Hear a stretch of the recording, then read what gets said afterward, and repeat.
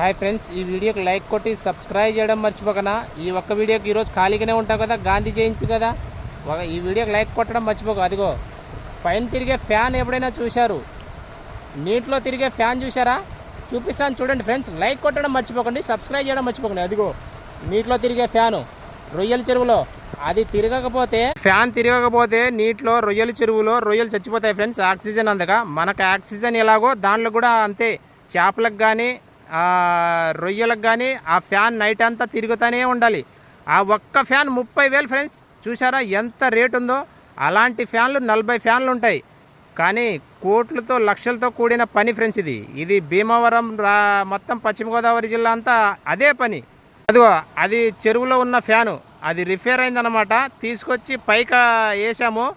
ఆ రిపేర్ అయిన fan repair చేయించి మళ్ళీ అలాగే దించాలి లోపల. ఇదంతా రొయ్యల చెరువులోనే ఫ్రెండ్స్. అదిగో తిరుగుతున్నాయి కదా ఫ్యాన్.